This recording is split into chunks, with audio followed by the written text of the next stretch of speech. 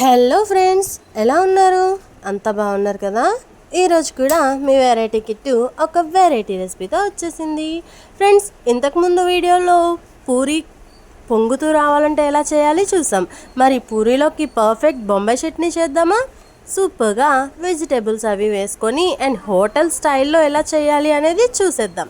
Friends, ముందుగా కడాయిలో oil వేసుకొని ఆయిల్ కొంచెం హీట్ అయిన తర్వాత మనం మినపప్పు, సాయి మినపప్పు, ఆవాలు, అలాగే కొద్దిగా అంటే 2 లేదా 3 ఎండుమిర్చి, ఒక ఉల్లిపాయ చీలికలు, అలాగే పచ్చిమిరపకాయలు, టమాటాలు వేసి బాగా మగ్గించాలి. అవి కొంచెం మగ్గిన తర్వాత బంగాళదుంప, ఒక్క బంగాళదుంప అయినా కూడా సరిపోతుంది. సో మీరు చేసే క్వాంటిటీని బట్టి చేయండి. ఆ తర్వాత వేరే ఒక గిన్నెలో శనగపిండి 2 స్పూన్లు తీసుకున్నాను.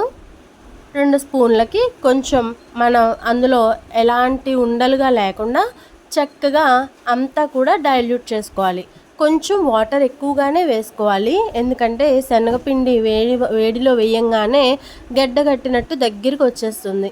సో ఆ తర్వాత ఇవి బాగా మరిగిన తర్వాత ఈ శనగపిండిని ఆ కూరగాయల మిశ్రమంలో కలిపేసి కొంచెం వాటర్ యాడ్ చేసుకొని చక్కగా లైట్గా పసుపు వేసుకున్నట్లయితే ఇలా మంచి కలర్ వచ్చేస్తుంది.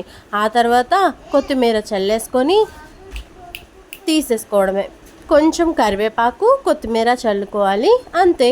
పర్ఫెక్ట్ బొంబాయి చట్నీ, పూరీలోకి అద్దిరిపోయే చట్నీ.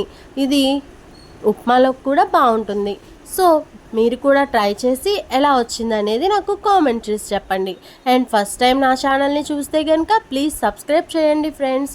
అండ్ ప్రతిసారి కూడా పూరీలోకి పర్ఫెక్ట్గా సెట్ అయిపోతుంది. Thank you for watching.